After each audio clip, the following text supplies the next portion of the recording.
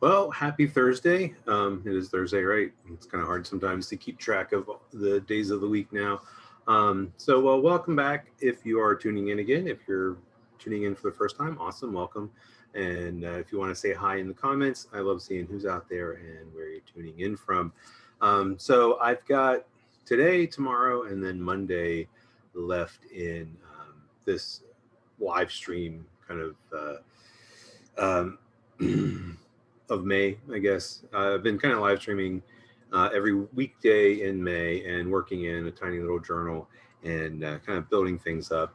And so, um, yeah, today I was kind of looking through it, and I think I'm going to start off maybe trimming a few things that are kind of sticking out, and then dive in with my water soluble pencils. I really love the Derwent Inktense pencils, but there's water soluble graphite, there's watercolor pencils, there's all kind of different things. And Derwent has a whole range of different water soluble materials, but so do a lot of other manufacturers. But anyway, so I'm just going to kind of dive in today, just sort of looking at what I've been doing and probably adding more to pages that are kind of further in the back and trying to develop them a little bit further. So anyway, let's go ahead and flip this over and we'll go ahead and get started.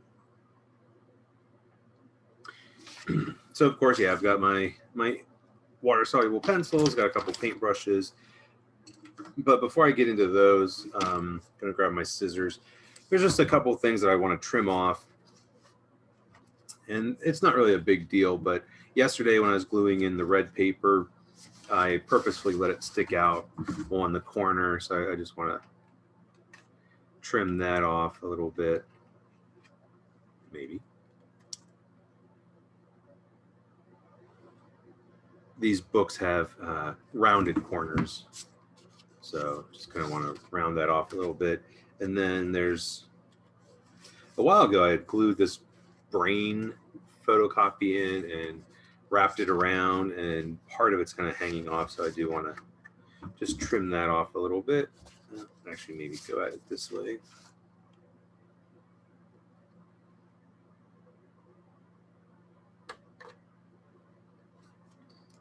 And then the last thing I want to trim is where I had created this fold out of the profile. And because of the fold, this is a 90-degree angle, but then the the corners are curved.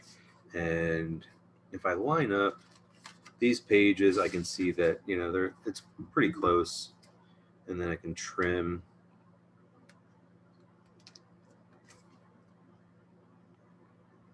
just so it's going to match the curved corners. Just make it a little bit neater, a little bit cleaner. I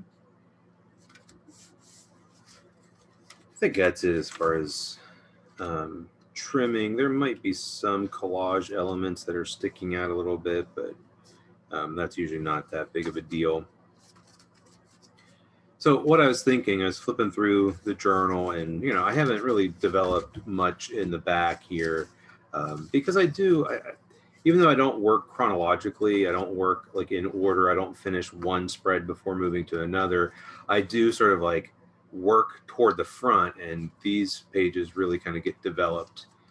And then, as you kind of move through it, some of these pages are a little less developed, not as much going on. And so there's more empty space, fewer materials, not as many small details. And so I just kind of want to focus on kind of like the back half of this, especially pages and spreads like this, where it's just really the beginnings of them.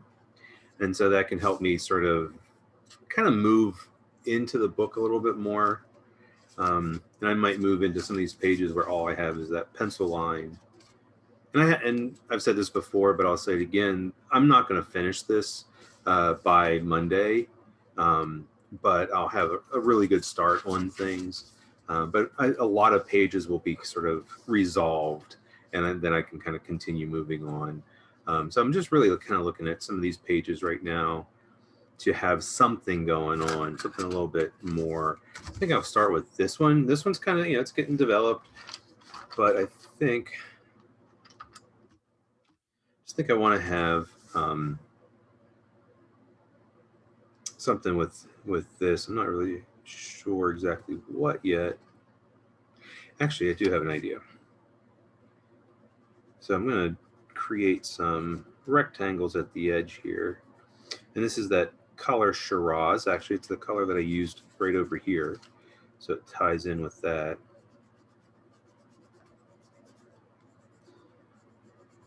I'm just using my sort of my standard technique of shading into the background.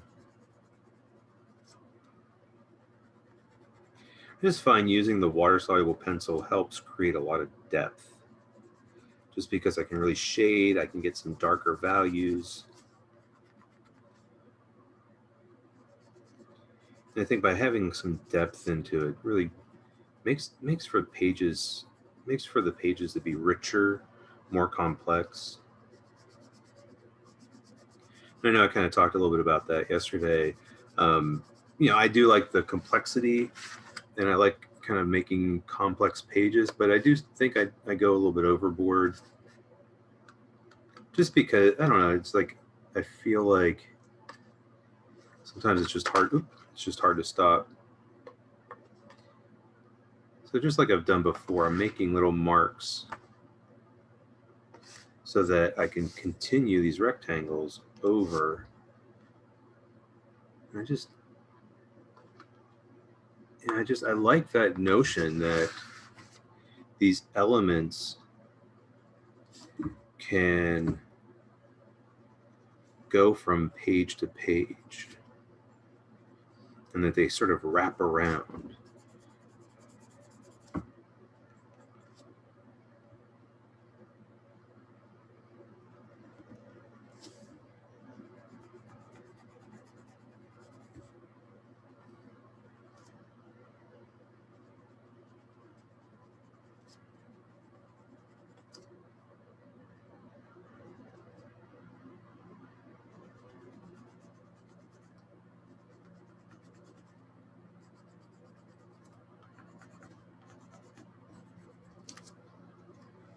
Okay.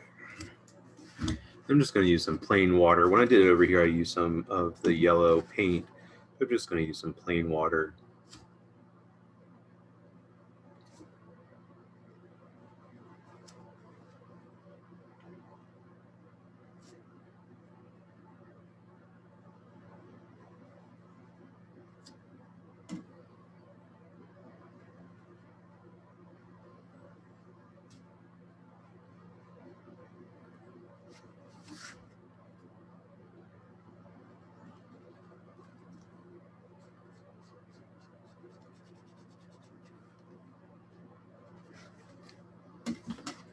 Okay, flip it over, do it on this side.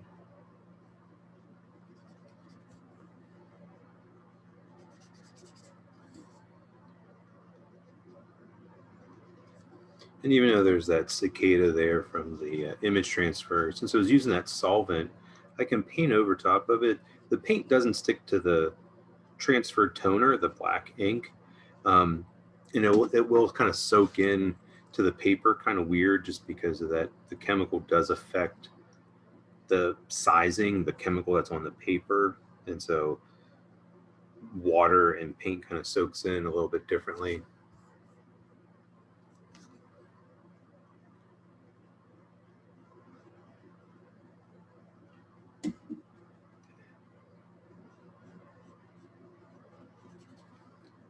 But it's not that big of a deal.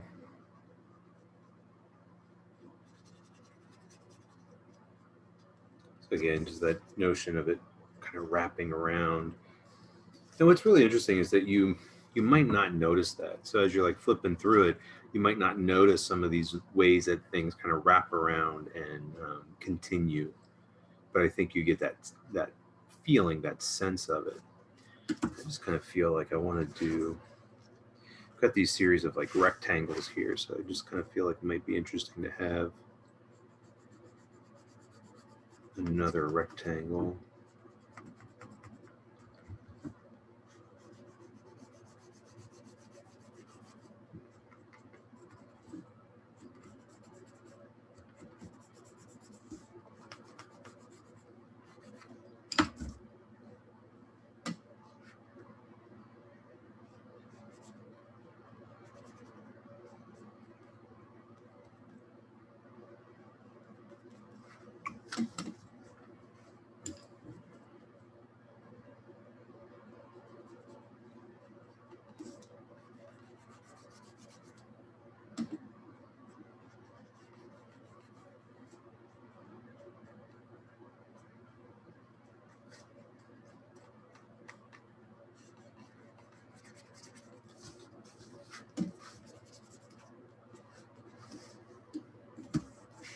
And I think to balance it out, maybe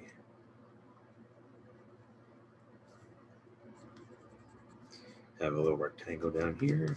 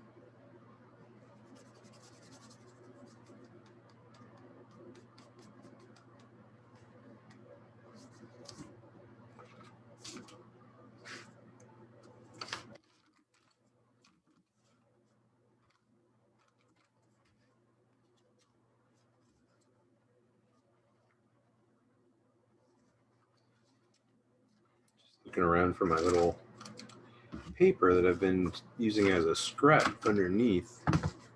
Oh, there it is. It's hiding from me. So I want to put it underneath this. I might not need it because I want to put some of this along the profile just to darken that up a little bit.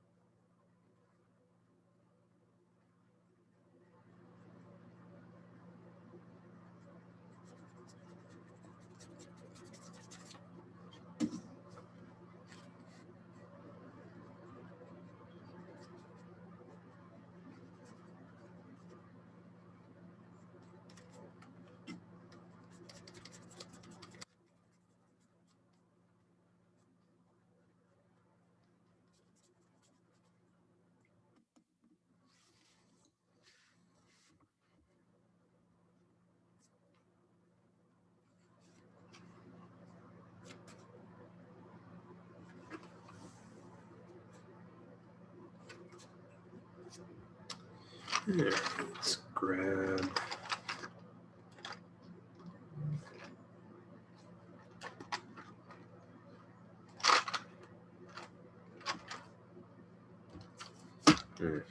Just grabbing a blue. Again, thinking about been using a lot of squares, rectangles. Let's go ahead and do some big circles. Well, not big circles, but a series of circles.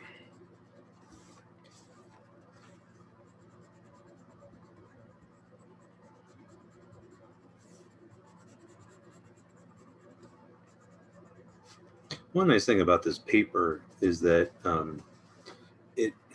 when I paint on it, it seems like the water just doesn't puddle on it, and but it still spreads really easily. So then it's like within a few minutes, it feels like it's damp, but it's not soaking wet, and so there's a lot less transfer. So being able to work on multiple pages, and then it's thick, so it's like a lot of times with the water soluble pencils, if the paper is just damp, it doesn't draw on it very well. But this paper is kind of thick, so it's been easy to sort of draw on either the opposite side, even whenever I've painted on the one side.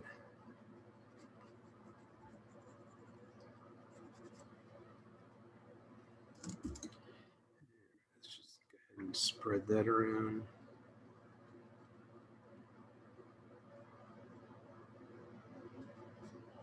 I think our brush is a little too thin. Let's get something a little thicker.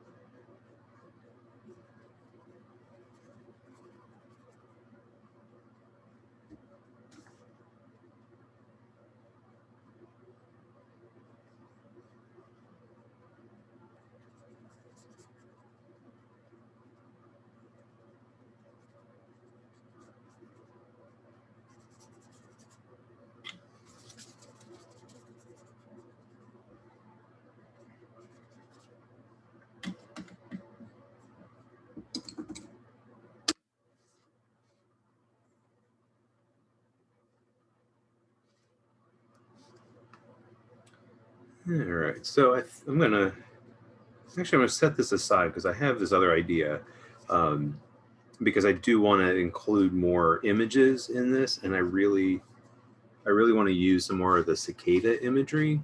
And so I could cut these out and collage them on, but I'm going to do something a little different. This is one of my favorite techniques, and it's really simple. I'm going to use tracing paper. And so if I take and put this, I think I'm going to trace this big guy here. And so I'm going to take it, put it underneath, and maybe I'll slide it over.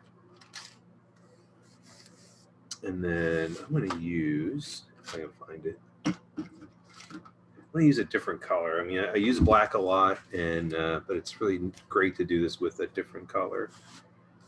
And so I've got this blue, phthalo blue, and I like this nice, real kind of contrasting image. And then I'm just going to trace it.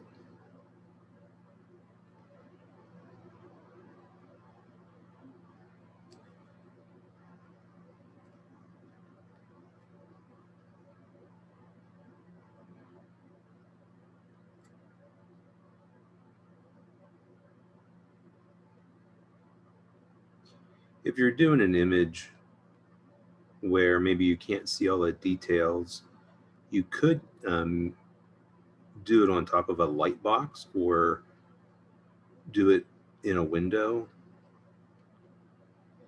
Because even though it's tracing paper, it's translucent, so sometimes you can't really see all the little details.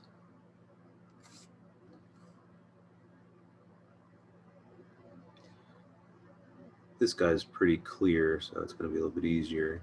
And I'm not worried about it being exact. But if you're doing something like a face, I find that sometimes when I do work from photographs, that sometimes it's really hard to see certain details.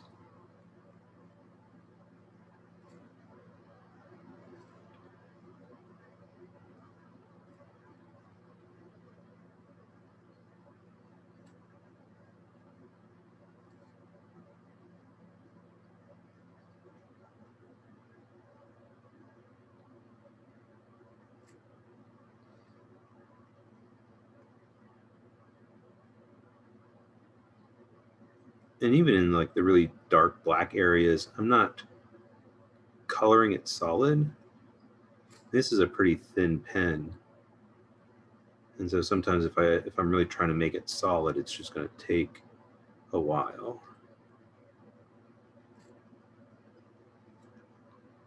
So this is, this can take a while depending on the image. If you have a complex image or if you have a big image.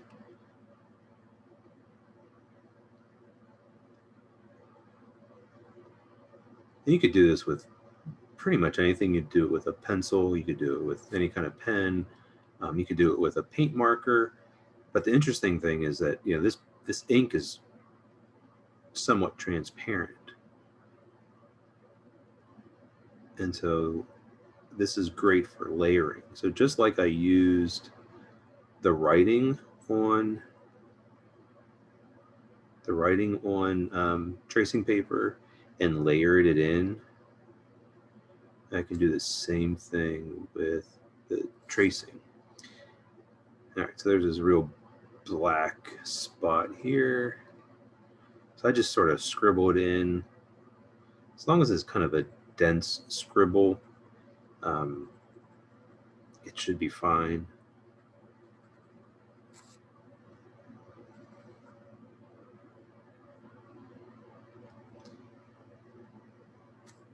But I kind of think of this as an image transfer process, even though I'm not transferring the original image. Usually with a image transfer, we're thinking about like we're transferring the image from the actual image from one surface or one source to another. So like, the tape lifts off the toner and you remove all the paper. The solvent sort of melts the toner and allows you to rub it and transfer it to another surface. But I like tracing. And I know sometimes, we've been told like, oh, tracing's bad. That's not, artists don't trace. And it's like, you know what? Artists trace all the time. If I'm trying to pass it off as like my own drawn image, and then we have copyright issues. But yeah, this is not my own image. I stole it off of the internet. But then by tracing it, I'm changing it. I'm making it my own.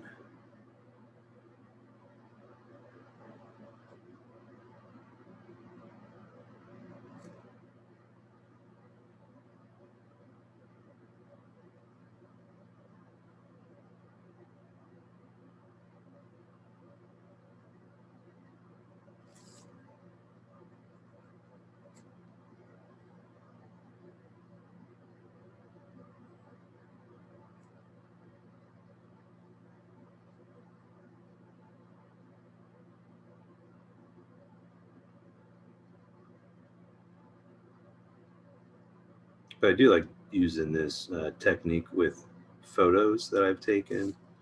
And just like with any image transfer process, if you really bump up the contrast and have a real nice black and white image without a whole lot of gray, it's a little bit easier to see what you're doing and what you're tracing.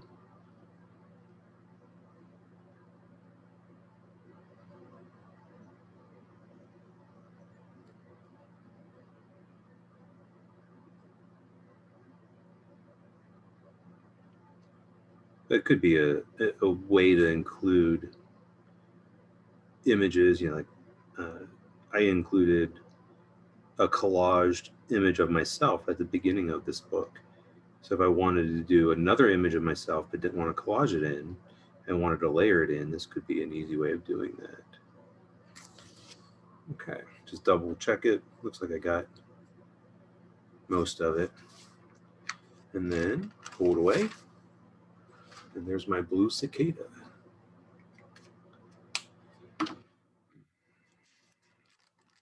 Pull that out. I like leaving the tracing paper in when I can, just because then I don't have to tape it. Now that I've taken this out, if I want to keep using this piece of tracing paper, I can tape it. I can use like painter's tape or whatever, hold it into place.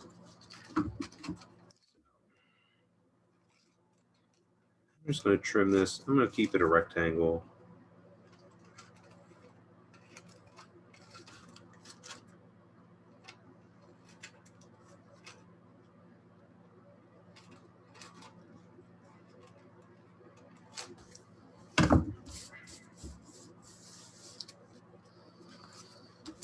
And the nice thing is, while I was doing that, that's totally dry now.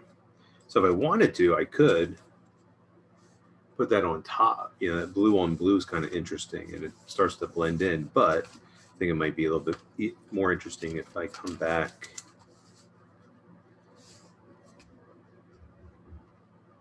and kind of find that space.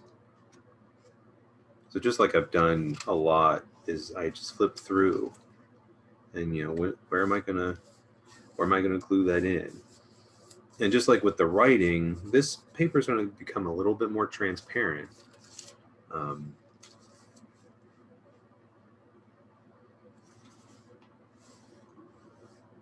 That's kind of interesting.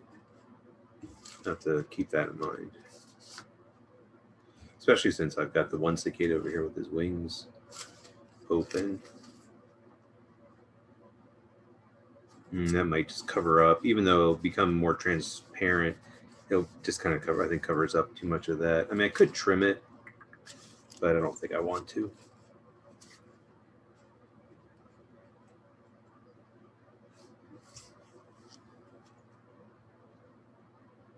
I like that too. I like the fact that there's not a whole lot going on, and then nice contrast between the blue and the orange. You see the map. It'd be inside the face. Yeah, so I just find sometimes it's like you want to make it and then find the best place for it. Yeah, I'm really thinking this here.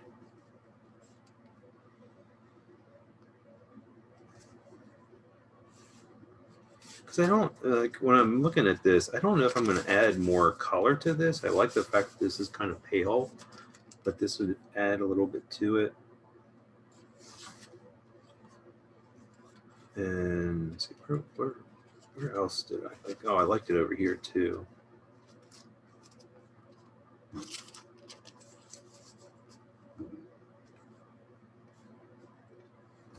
think I'm liking it better here.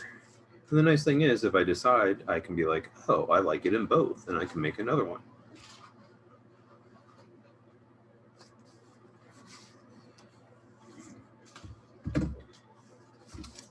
So just make sure I flip it over, got my glue stick. And just like when I was gluing in the tracing paper with the words on it, this is going to get real curly. And so I just want to be careful.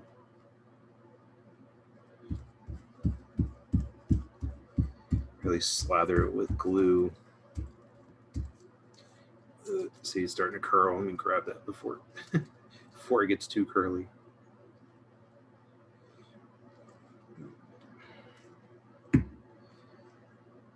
There.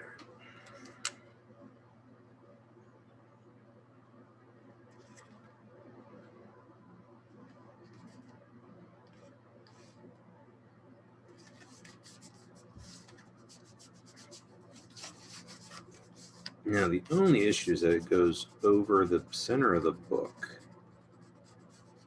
And actually, the signatures are starting to separate. So this might be a good way to keep the book from breaking apart.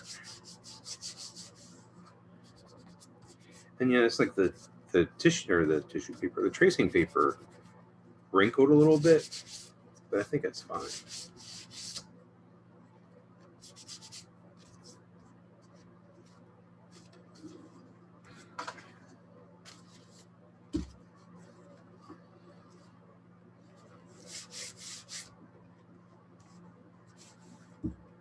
Yeah, I still love how this side of the profile kind of disappears into that map and then pops out.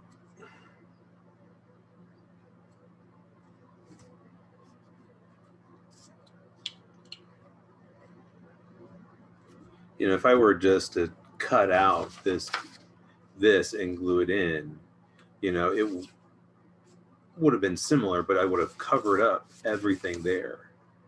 but this is a great way of making it see-through, adding some layers to it. And I can see the map through the blue ink. So that's really, really cool. I like that.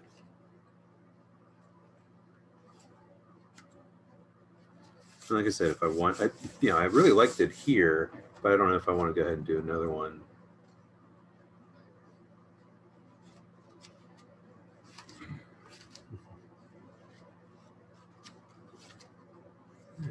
So I think I'll go back. Now that this has had time to dry, just go back.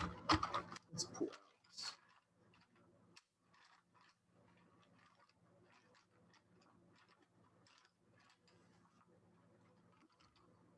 out the fuchsia.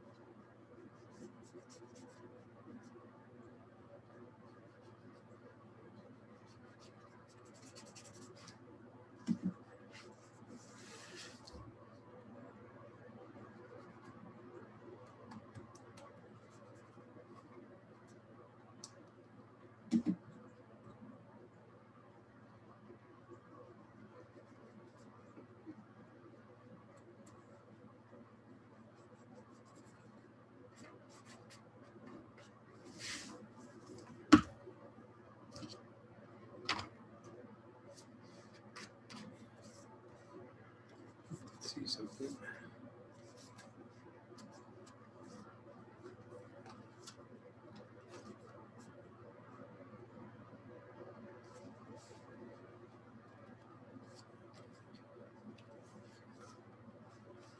So I was just looking. I've done some things with like the punchinella and the circles.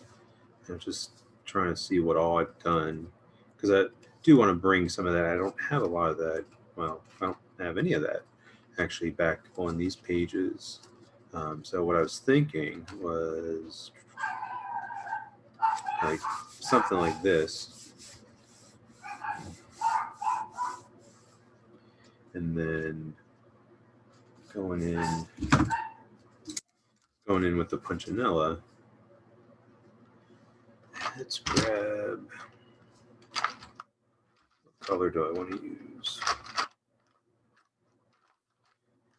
I'm gonna go ahead and use violet.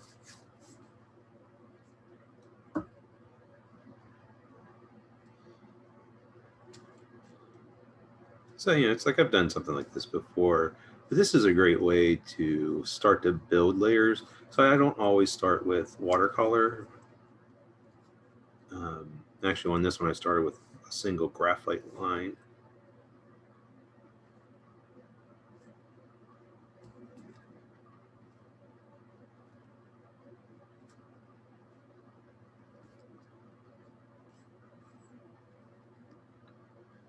But it's like I've done this before with ink. I've painted over it with the paint.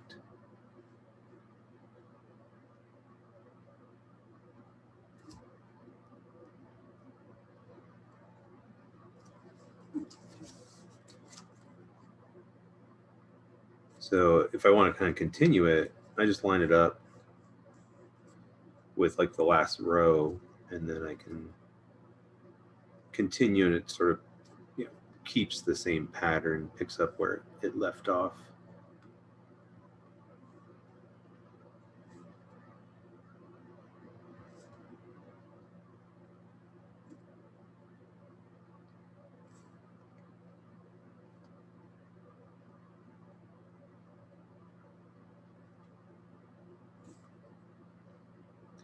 So what I'm doing is I'm really making sure I'm pressing hard with the pencil, because that's going to really get the pigment down.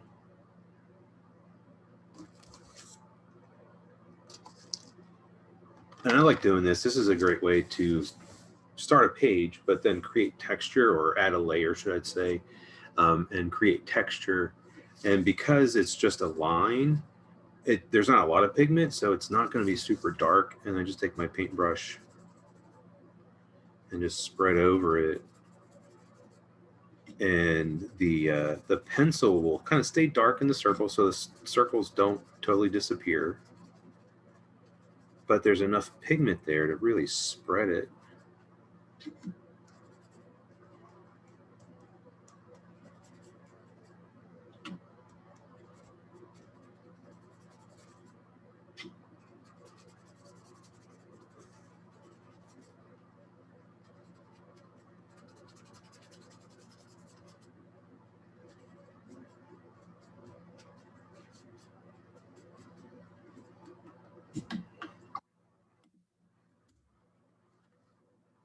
And so, yeah, nice beginning, and then it ties over here with the purple that's over here. I can let that dry. The nice thing is that since it's all purple, I could dry it with a hair dryer, but sort of letting some of the color transfer, because it is kind of puddled on there. There is a lot of water. Yeah, the only thing I wouldn't say I don't like it, but with this paper, you get these specks, and that's just where the water is kind of soaking into the paper. They disappear as the paper dries.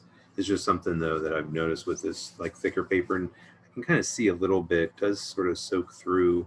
I don't know if you all can see, like there's like these faint little purple blotches, but you know, like when that dries, it's going to be good. It's going to be fine.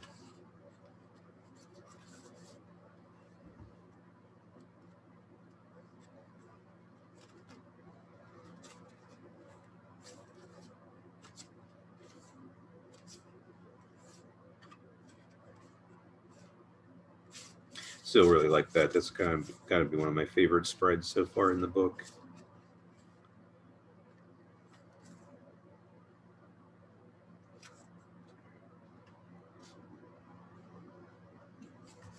Just feel like I need something here. Let me grab.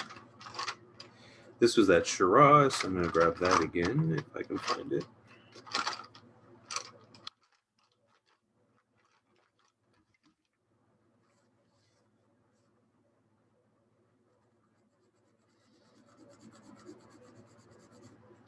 Yeah, these Inktense pencils, a lot of them have kind of unusual names, but I find that, like, you know, you learn what they look like, and you learn like which are your favorites.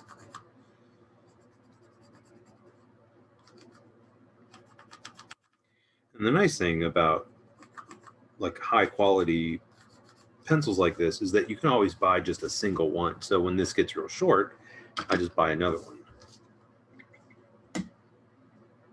So I think I've probably gone through like 3 or 4 of these Shiraz pencils. So there's certain colors that I just, you know, I bought a big set, 72 set. I think it's the biggest they make of it. And there's just a lot of colors there that look very similar, and or just, you know, it's like I just kind of pick out the ones that I really like, and then replace them whenever I use them up.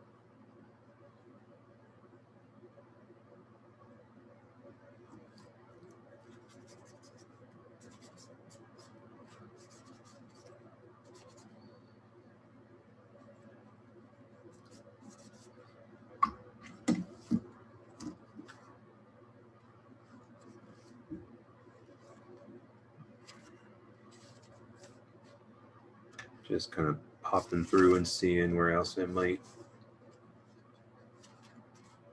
I feel like maybe here. Yeah, there's one color I haven't used a lot of. So I was just noticing that Bonnie said something that she loves, that the book has lots of various colors, but there's one color that's really, it's in there a few times, but not like a lot of others. And I think this would be a perfect place. And that's green. I mean, I really haven't used too much green. I mean, there's some greens because they kind of mix.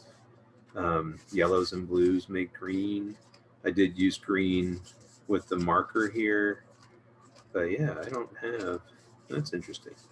So let's rectify that. Let's pull out some green.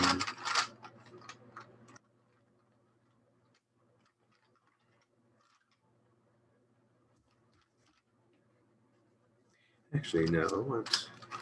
This is kind of blue. I want a little bit more of a blue. There's a green in here called teal green.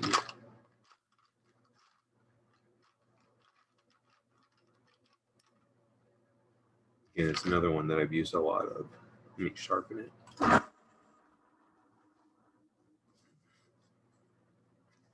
Yeah, so this one's getting short, and I have the big replacement one ready to go whenever I use this one up. Deirdre is asking if there's a Inktense that's close to Payne's Gray. They have, I'm trying to think, they might have a Payne's Gray. I can't remember in the set that I have.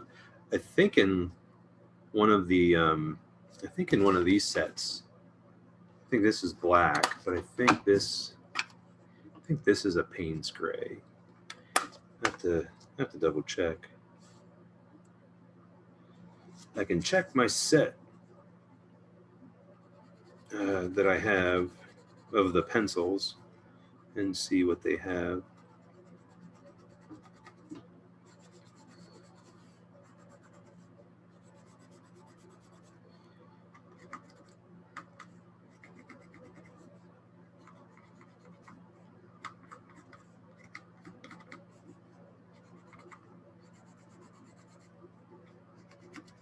Oops.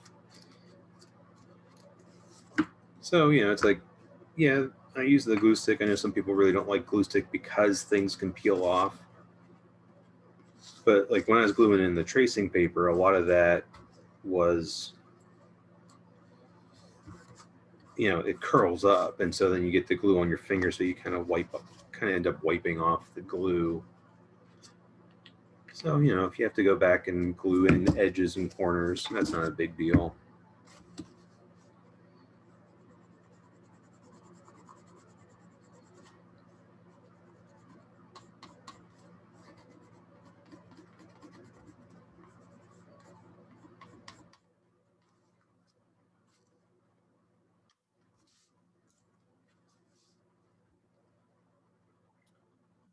So where do I buy the individual pencils? At really any quality art store that sells the Inktense pencils. Typically, they have what is called open stock, and I usually order mine, and I typically order from Dick Blick, or I guess they're just Blick now. Um, but if you walk into a quality, like a high quality local art store, um, Michael's might have some. I know sometimes they'll have like Prismacolor colored pencils, but I don't know if they'd have like the watercolor pencils. But typically, like a good local art store, or like I said, like a Blick, like a really big art store like that, will have them.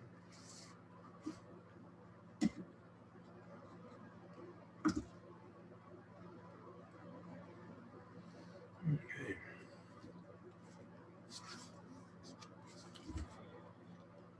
So as I was looking through this earlier, it's like the words and things are starting to really kind of come together.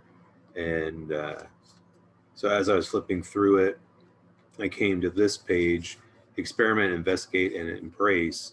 And then for some reason, I just thought, embrace the unknown, investigate the unknown, experiment with the unknown. So I'm thinking on this page, I might just put the word unknown somewhere. I'm not going to do that today. Maybe I'll do that tomorrow, but yeah, it's kind of how my brain works. I just flip through and these ideas kind of pop up as I'm going through it.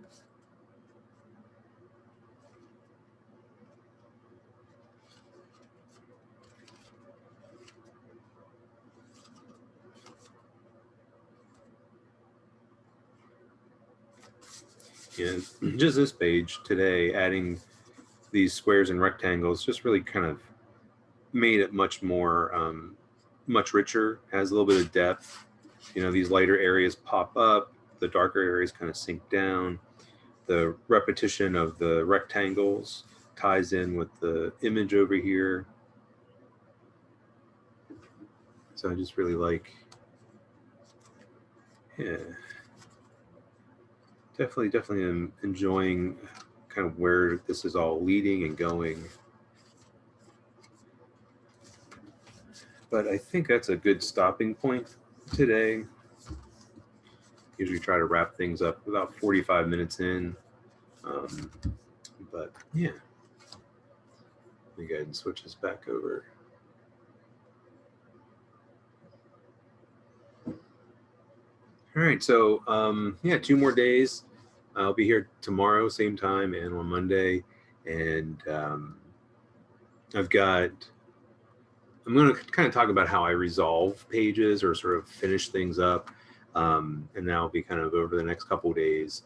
And even though I'm not finished in this book and it's going to kind of continue, probably what I'll do is before May, I was doing a weekly live stream. So I'll probably just, continue working in the little book for those weekly live streams until I kind of finish it up.